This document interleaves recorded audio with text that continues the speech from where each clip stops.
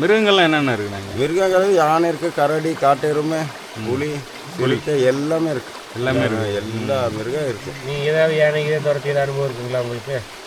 யானை துரத்தின அனுபவம் இல்லை, யானை பக்கத்தில் போயிட்டு ஓடி வந்த அனுபவம் இருக்குங்க. ஆமாம். ஒரு 10 அடி அளவுக்கு போயிட்டு ஓடி வந்த அனுபவம் இருக்குது. இப்போ ஒரு வாரத்துக்கு முன்னாடி அப்படி தான் நானும் காலில் மிளகு ஒரு 2 கிலோ எடுத்து வந்து அவர்கிட்ட கொடுக்கலான்ட்டு, குமார்கிட்ட. அப்போ வந்து பார்க்குறேன் கீழே இறங்கிருச்சு யானை.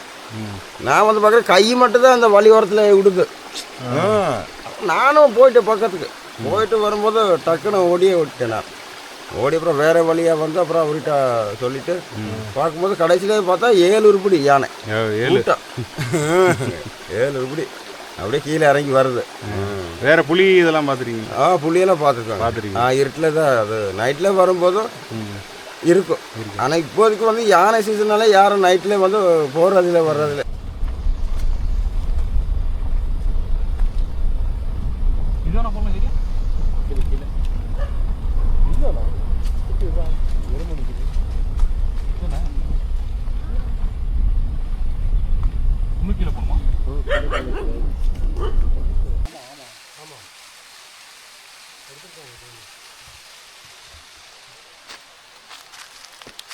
இந்த சேம்பந்தண்டி இந்த கீரைக்குள்ள சாப்பிடலாங்க. இந்த கீரை சாப்பிடுவீங்க? இந்த கீரை சாப்பிடலாம்.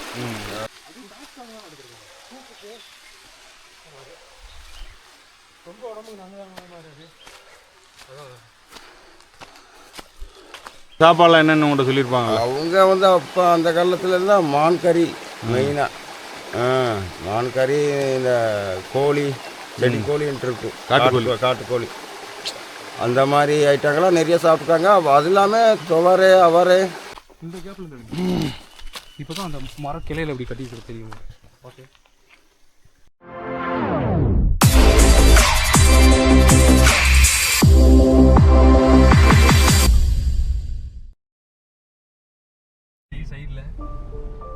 தமிழ்நாட்டில் நீலகிரி பகுதியில் இருக்க இருளர் பழங்குடியினர் வசிக்கும் ஒரு அழகான பழங்குடி கிராமம் தாங்க இந்த ஆனைப்பள்ளம். இந்த கிராமம் குன்னூர் தாலுகாவில் உள்ள பில்லூர் மட்டத்தில் இருந்து சுமார் 8 கிலோமீட்டர் தொலைவில் அமைஞ்சிருக்குங்க. இங்கே 70 to 80 பழங்குடியினர் குடும்பங்கள் பல தலைமுறையாக வாழ்ந்து வர்றாங்கங்கிறது குறிப்பிடத்தக்கது மக்களே. இந்த ஆனைப்பள்ளம் அதன் இயற்கை அழகுக்கும் அங்கு வசிக்கிற பழங்குடி சமூகத்திற்கும் பெயர் பெற்ற ஒரு மலை கிராமங்க. இந்த ஊருக்கு போற மலைப்பாதை ரொம்ப அழகாகவும் இயற்கை அழகு மிக்க மலை தொடர்களும் நம்ம கண்ணுக்கு குளிர்ச்சி அளிக்குதுங்க.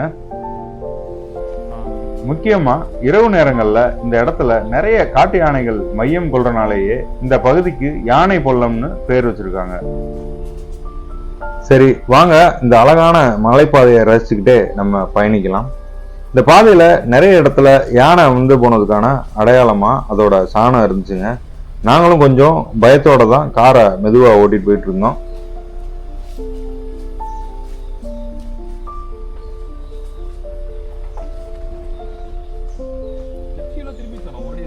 இப்போ 2 வருஷத்துக்கு முன்னாடி தாங்க இந்த மலை கிராமத்துக்கு ரோடு வசதி வந்ததா சொல்றாங்க. அதுக்கு முன்னாடி வரைக்கும் காட்டுப்பாதையா தாங்க இருந்திருக்கு. யானைப்பள்ளம் ஊர் மக்களுக்கு எதுவும் உடம்பு சரியில்லைன்னா டோலி கட்டி தான் பில்லூர் மட்டம்ங்கிற ஊர் வர தூக்கிட்டு வந்திருக்காங்க இவ்வளவு வருஷமா.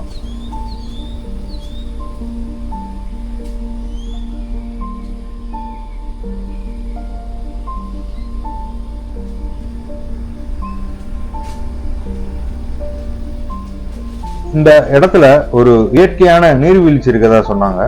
ஆனா நாங்க வந்த நேரம் அந்த ஃபால்ஸ்ல தண்ணி இல்லாம இருந்துச்சுங்க. அப்படியே ஒரு ஏமாற்றத்தோட திருப்பி பயணிக்க ஆரம்பிச்சோம்.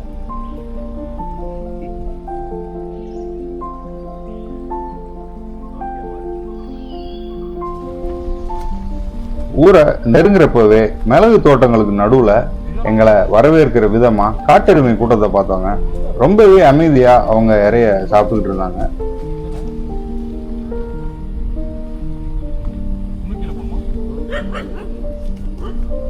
இங்க முக்கியமா இந்த ஊர் மக்கள் நம்பி இருக்கிறது குறுமிளகையும் காஃபி பீன் செடியும் தாங்க. இந்த ரெண்டும் தான் இங்க முதன்மை விவசாயமா இருக்கு. இந்த பசுமையான செடிகளும் மரங்களும் அப்புறம் பறவைகள் வண்டுகளோட சத்தமும் அந்த இயற்கையோட வரப்பிரசாதமாக குளு குளு காத்தும் நம்ம மனசை அப்படியே லேசாக்குதுங்க. ஒரு வழியாக நம்ம இந்த அழகான யானைப்பள்ளம் ஊருக்குள்ளே வந்துட்டோங்க. இந்த ஊர் மக்களை சந்தித்து அவங்க வாழ்க்கை முறை, அவங்க முன்னோர்கள் அவங்ககிட்ட பகிர்ந்துக்கிட்ட அனுபவம், அவங்களோட சாப்பாட்டு பழக்க வழக்கம், இங்கே உள்ள விவசாயம் என்னென்ன, இந்த மக்களோட தேவை, அரசாங்கத்துக்கிட்ட அவங்க வைக்கிற கோரிக்கை என்னென்ன, அப்புறம் முக்கியமாக இங்கே உள்ள காட்டு விலங்குகள் பற்றி அவங்கக்கிட்டே நம்ம கேட்டு தெரிஞ்சுக்குவோம். வீடியோவை ஸ்கிப் பண்ணாமல் ஃபுல்லாக பாருங்கள். அப்புறம் சேனலை சப்ஸ்கிரைப் பண்ணாதவங்க பண்ணிக்கோங்க மக்களே.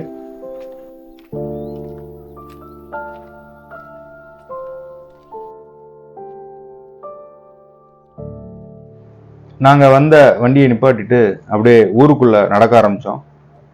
இங்கே சுமார் 70 குடும்பங்களுக்கு மேலே வாழ்ந்தாலும் ஒரு அடர்ந்த காட்டுக்குள்ளே நடந்து போன மாதிரி தாங்க இருந்தது எங்களுக்கு.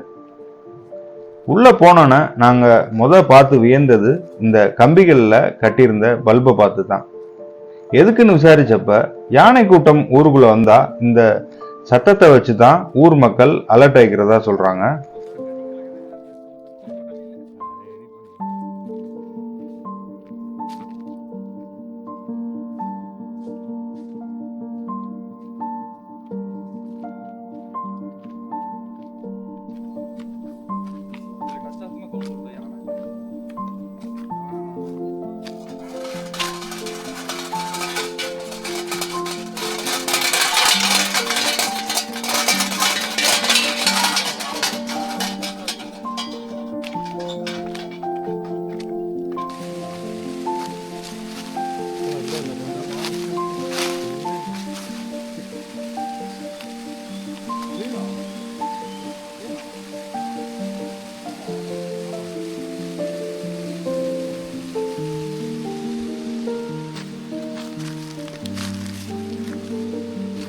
முடவாட்டு கிழங்கு மாதிரி இருக்கு. முடவாட்டு கிழங்கு.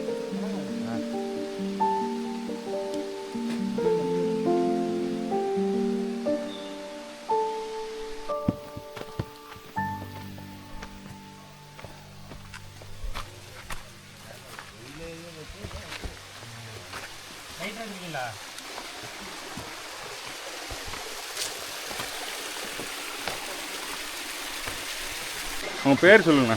என் பேர் ராஜா. சரி. ஆனைப்பள்ளத்தில் வந்து ஒரு 80 குடும்பம் இருக்குது. 80 குடும்பம். ஆனைப்பள்ளத்தில் 80 குடும்பம். 80 குடும்பம் இருக்குது. எல்லாம் வந்து சொந்த விவசாயம் தான் பார்த்து. நீங்கள் வந்து பழங்குடியினரில் அந்த குறிப்பிட்ட ஒரு இருளர் பழங்குடியினர் இருளர். ஆமாம் ஆமாம். சரி. அந்த வகையில் நாங்கள் இங்கே வந்து அந்த காலத்துலேருந்து எங்கள் தாத்தா பாட்டி காலத்துலேருந்து இதே இடத்துல தான் வாசிட்டு வர்றோம் நாங்கள். இதை விட்டு எங்களுக்கு வாழ்வாதாரம் எதுவுமே கிடையாது. ஆமாம். இப்போ வந்து சீசன் வந்து மிளகு, இப்போ காபி வந்துடும். இந்த மாதிரி சீசன் தான் நாங்கள் இருக்கோம். முடிஞ்சால் குன்னூர் வேலைக்கு அங்கேயே பசங்க வண்டி இருக்கிறதால வண்டியில் போயிட்டு வர்றது இந்த மாதிரி. ஆமாம். என்னென்ன விவசாயம் இருக்குது நீங்கள் இப்போ? விவசாயம் வந்து இப்போ முன்னாடி மாதிரி சின்ன சின்ன விவசாயம் பண்ண முடியாது, குரங்கு யானை கலட்டனால. இப்போ மெயினாக வந்து காபி, குருமிளகு இந்த விவசாயம் தான் மெயினாக பண்ணுறோம்.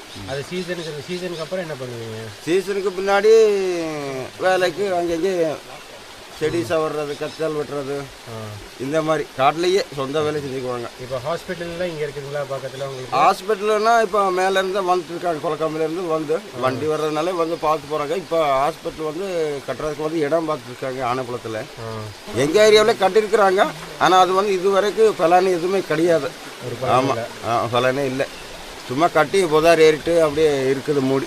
ஆமாம். வந்து இல்லைன்னா கொலக்கம்பிக்கு வர சொல்லுவாங்க, இல்லைன்னா பின்னூர் மட்டக்கு வர சொல்லுவாங்க, இல்லைன்னா ஆனைப்பள்ளத்துக்கு வர சொல்லுவாங்க. இந்த மாதிரி தான் இருக்குது. ஸ்கூல் வந்து ஆனைப்பள்ளத்துக்கு வரணும். 5வது வரைக்கும் இருக்குது. 5வது வரை. ஆமாம். அங்கேருந்து நடந்து வர இங்கே ஸ்டே பண்ணிடுவாங்க, தங்கிடுவாங்களா? குழந்தைங்க சின்ன குழந்தைங்கனால வீட்டில் வந்து காலைல கொண்டு வந்து இங்கே ஒரு ஆள் இருக்கிறாங்க, அது வச்சுருக்காங்க. கொண்டு வந்து ஸ்கூல் கூப்பிட்டுட்டு சாயங்காலம் கூட்டி வந்து வீட்டுக்கு கூப்பிட்டுருவாங்க. ஆமாம். பஸ் வசதி எதுவும் இல்லை? பஸ் வசதி இல்லைங்க. நடந்தால் வரணும். ஜீப்பு இப்போதைக்கு இப்போ ஆனைப்பள்ளத்துக்கு ஜீப்பு, பிக்காப்பு இந்த மாதிரி வண்டியெல்லாம் வருது. சின்ன சின்ன வண்டிகளாக வருது. ஒன்றும் பிரச்சனை இல்லை. எதாக இருந்தாலும் நடந்து தான். ஆமாம். தொட்டில் கட்டிட்டு தான் தூக்கிட்டு போகணும். அப்போ இப்போ வண்டி வருது. அப்போல்லாம் தொட்டில் கட்டி தான் 4 பேரும் 2 பேரும் தூக்கிட்டு போகணும். மேலே பில்லூர் மட்டத்தையும் கொண்டு போகணும். கரண்ட் எல்லாம் இருக்குது கரண்ட் இருக்குது. கவர்மெண்ட் இப்போ எல்லாம் ஃப்ரீ கரண்ட்டு இது சர்வீஸும் பண்ணியிருக்காங்க. இந்த மாதிரி எல்லாம் இருக்குது. கடையில் எதுவும் இல்லைங்க. கடை இல்லைங்க. கடைக்குன்னா நீங்கள் எத்தனை கிலோ கடைக்குன்னா நம்ம பில்லூர் மட்டும்தான் போகணும். எத்தனை கிலோமீட்டருங்க? இங்கேருந்து ஒரு 9 கிலோமீட்டரில் வரும். ஆமாம். எவ்வளோ நேரம் நடக்கணும்? எவ்வளோ நேரம் ஆகும் போகிறது? ஒரு 1.5 மணி நேரம் ஆகும் நடக்கிறதுக்கு. ஆமாம். அதுக்கப்புறம் இப்போ 5ஆவதுக்கு அப்புறம் படிப்புனா குன்னூர் இல்லைன்னா கீழே ஏதோ ஒரு பக்கம் ஹாஸ்பிட்டல் சேர்த்துட்டு ஊட்டி இந்த மாதிரி. ஆமாம் ஆமாம். இப்போ உங்களுக்குன்னு தனி ஹாஸ்டல்லாம் இருக்குதா? கவர்மெண்ட் ஸ்கூல்லேவா? கவர்மெண்ட் ஹாஸ்பிட்டல் இருக்குது. ஊட்டி இந்த மாதிரி இருக்குது. குஞ்சப்பனை இந்த மாதிரி ஏரியாவில் இருக்குது. அது ட்ரைபல் ஹாஸ்டல். ஆமாம். பழங்குடியினர் ஹாஸ்டல் இருக்குது. அதனால எந்த பிரச்சனையும் இல்லை. இப்போ உங்களுக்கு இப்போ காட்டுக்குள்ளே வந்திருக்கீங்க, நீங்கள் இந்த முடமாட்டு காலை எடுக்க போகிறதா சொல்லியிருக்கீங்க. ஆமாம். அது இப்போ அது இல்லாத டயத்தில் என்ன எடுப்பீங்க? இது ஒரு சீசன் தான். இந்த கிழங்கு வந்து அப்போதைக்கு ஒரு சீசன் மாதிரி எடுப்பாங்க. கடைசியில் வந்து எடுக்க மாட்டாங்க. இப்போ தேனும் அதே மாதிரி ஒரு சீசனில் தான் தேனும். ஆமாம். அப்போ அதுக்கு பின்னாடி அது கிடைக்காது. தேன் நம்ம கடையில் தான் வாங்கணும். அது எல்லாமே கலந்து இருக்குது. கலப்படம் சர்க்கரை தண்ணியில் எல்லாமே கலந்துருக்கு. உங்கள்கிட்ட வாங்கினா நல்லா இருக்குது. ஒரிஜினல் தேனாக இருக்கும். நல்லா இருக்கும். மிருகங்கள்லாம் என்னென்ன இருக்குண்ணா? மிருகங்கள் யானை இருக்குது, கரடி, காட்டு எருமை, புலி, புலிக்கை எல்லாமே இருக்குது. எல்லாமே இருக்குது. எல்லா மிருகம் இருக்குது. நீங்கள் ஏதாவது யானை துரத்திய அனுபவம் இருக்குங்களா உங்களுக்கு? யானை துரத்தின அனுபவம் இல்லை. யானை பக்கத்தில் போயிட்டு ஓடி வந்த அனுபவம் இருக்குங்க. ஆமாம்.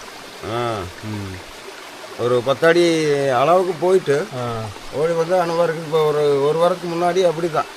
நானும் காலைல மிளகு ஒரு 2 கிலோ எடுத்து வந்து அவர்கிட்ட கொடுக்கலான்ட்டு குமார்கிட்ட. அப்போ வந்து பார்க்குறேன் கீழே இறங்கிருச்சு யானை. நான் வந்து பார்க்குறேன் கை மட்டும்தான் அந்த வழி ஓரத்தில் விடுது. நானும் போயிட்டேன் பக்கத்துக்கு. போயிட்டு வரும்போது டக்குன்னு ஓடியே விட்டேன். நான் ஓடி அப்புறம் வேறு வழியாக வந்து அப்புறம் அவர்கிட்ட சொல்லிவிட்டு பார்க்கும்போது கடைசியில் பார்த்தா 7 உருப்படி யானை. 7 உருப்படி அப்படியே கீழே இறங்கி வருது. வேற புலி இதெல்லாம் பார்த்துருக்கீங்க? புலியெல்லாம் பார்த்துருக்கோம்.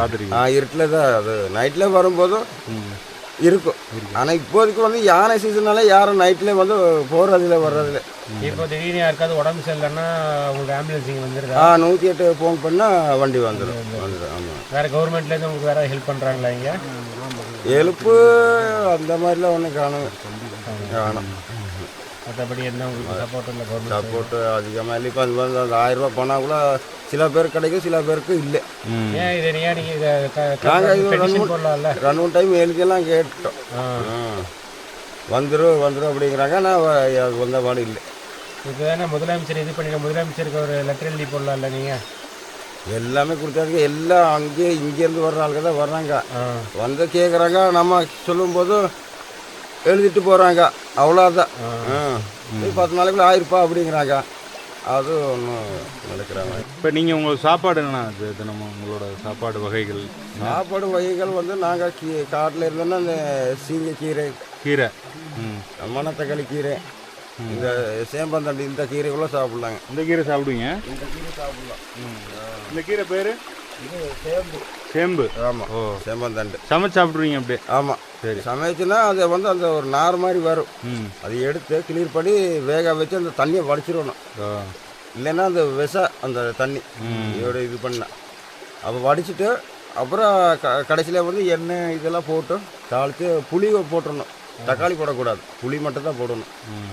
சாப்பிட்டீங்கன்னா நல்லாயிருக்கும். வயிற்றெல்லாம் கழுவி பண்ணி விட்டுரும். ஆமாம். வேறு இது தவிர்த்து வேறு என்ன சாப்பிடுவீங்க? வேறு இது வந்து கிழங்கு இருக்குது. கிழங்கு? ஆமாம். என்ன கிழங்கு? பூமிக்குள்ளேயே இருக்கும். 100 கிழங்கு சொல்லுவாங்க.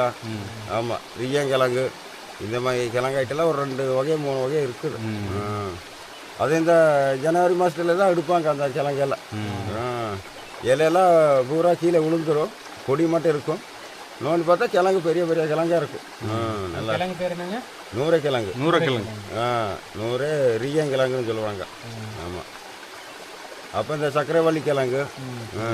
ஆமாம். எங்களது வந்து ஆளுங்க யாராவது இறந்துட்டாங்கன்னா விடிய ஆட்டம் பாட்டா தான் பயங்கரமாக இருக்கும். அப்போ இந்த கஞ்சி சீருன்னு சொல்லுவாங்க.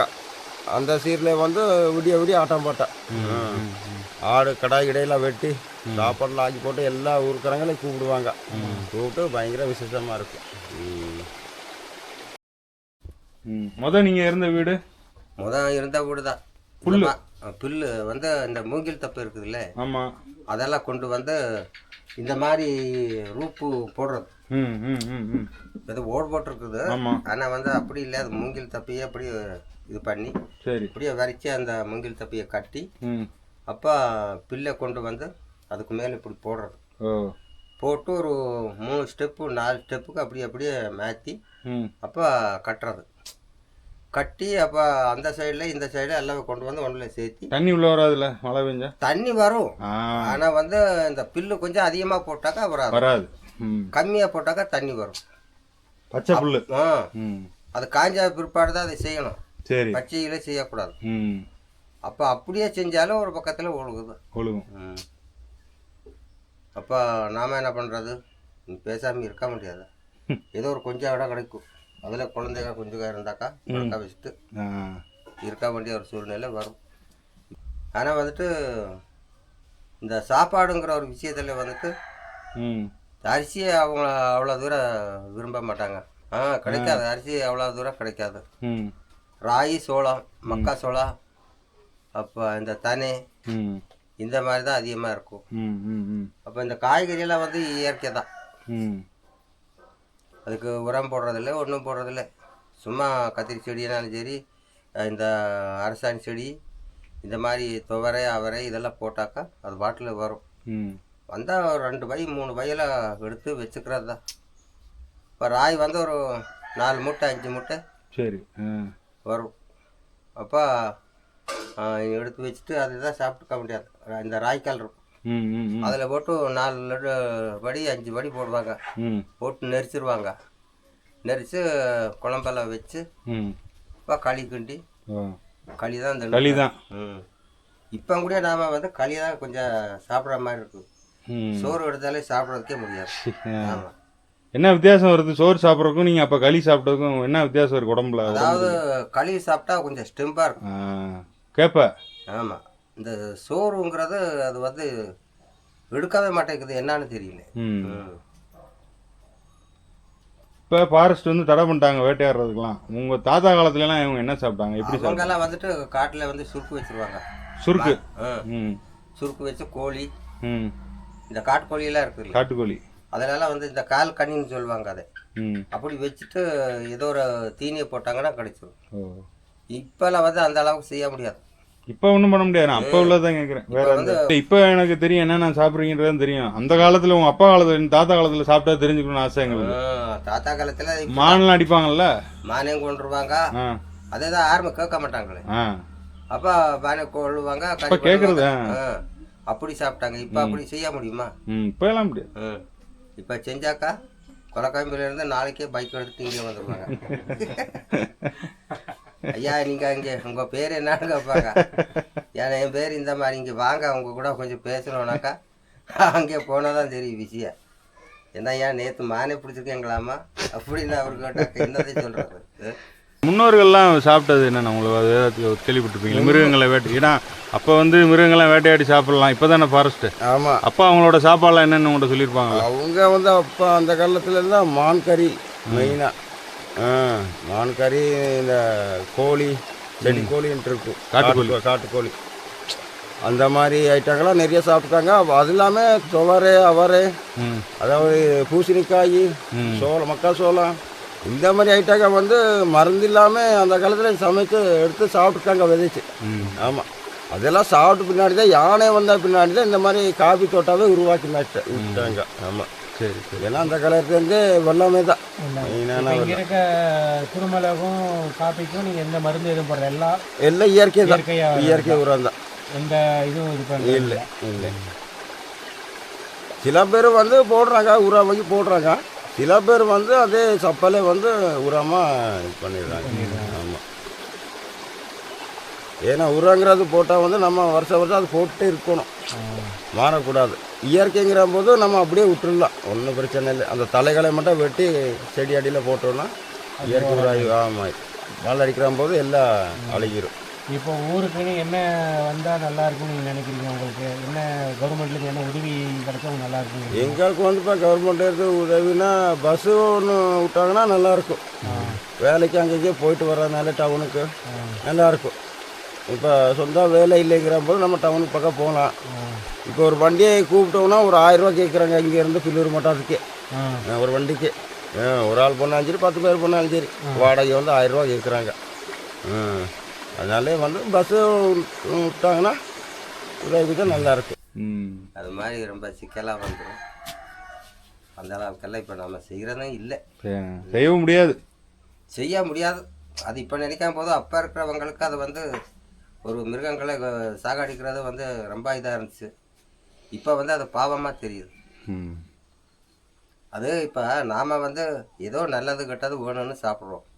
அது என்னத்தையும் சாப்பிடுது. தூங்குறதும் வந்து ஏதோ ஒரு காட்டு புதாருக்குள்ளே ஒரு பாறை அடியிலையோ இதுலேயோ தூங்குது, அப்படியே விழும்புது, பிள்ளை அது இதை தின்னு உடம்பை இது பண்ணுது. அந்த அளவுக்கு அப்படி அது இருக்குது. நமக்கு வேணும் நல்லா எண்ணெய் வேணும், நல்லா காய்கறி வேணும், நல்லா தாளிப்பாக சாப்பிடணும் அப்படிங்கிற இது இருக்குது. அதுக்கு என்ன இருக்குது அது சொல்லுங்க. இப்போ பாருங்க, இன்னும் இப்போ கொஞ்ச நேரம் தான் இங்கே இல்லை. இல்லைன்னா இது முழுவதும் நம்ம வீடை சுற்றி குரங்கு தான் இருக்கும். குரங்கு அப்போ இந்த ஒண்டியில் வச்சுக்கிறது சும்மா அப்படி காமிச்சிட்டா ஓடிடும். கல்லுகளில் போட்டாலும் ஓ ஓ அப்படின்ட்டு இருக்கும். இன்னொரு 5-6 மாவும் மரம் இருக்குது, அதில் காய் இருக்குது, ஒரு 4-5 காய்.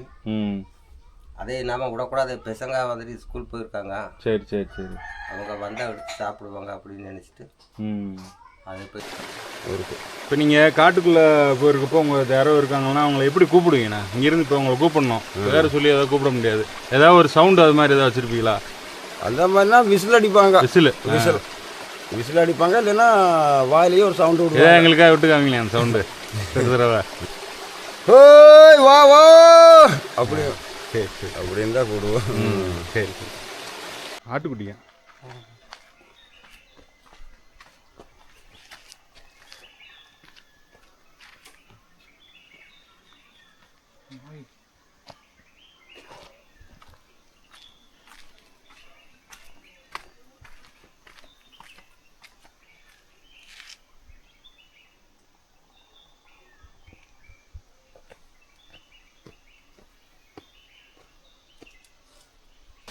ஊருக்குள்ளே எங்கேருந்து வந்தாலும் நம்ம சுத்தமாக நம்ம ஊருக்குள்ளே நம்ம வச்சுக்கணும். சரக்கு அடிச்சுட்டு ரோட்டில் பாட்டில் போடுறது, பிளாஸ்டிக் போடுறது, இந்த மாதிரி வேலையில் வந்து இருக்கக்கூடாது. நம்ம வந்தோமா சந்தோஷமாக சுற்றி பார்த்தோமா நம்ம போயிட வேண்டியது தான் நம்ம வீட்டுக்கு, அவ்வளோதான்.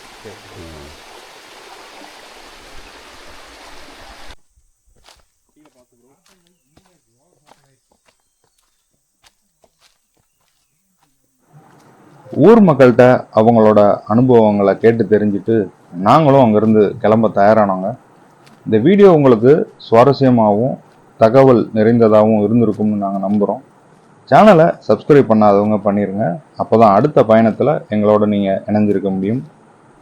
இன்னொரு இன்ட்ரெஸ்டிங்கான வீடியோவில் சந்திப்போம். நன்றி, வணக்கம்.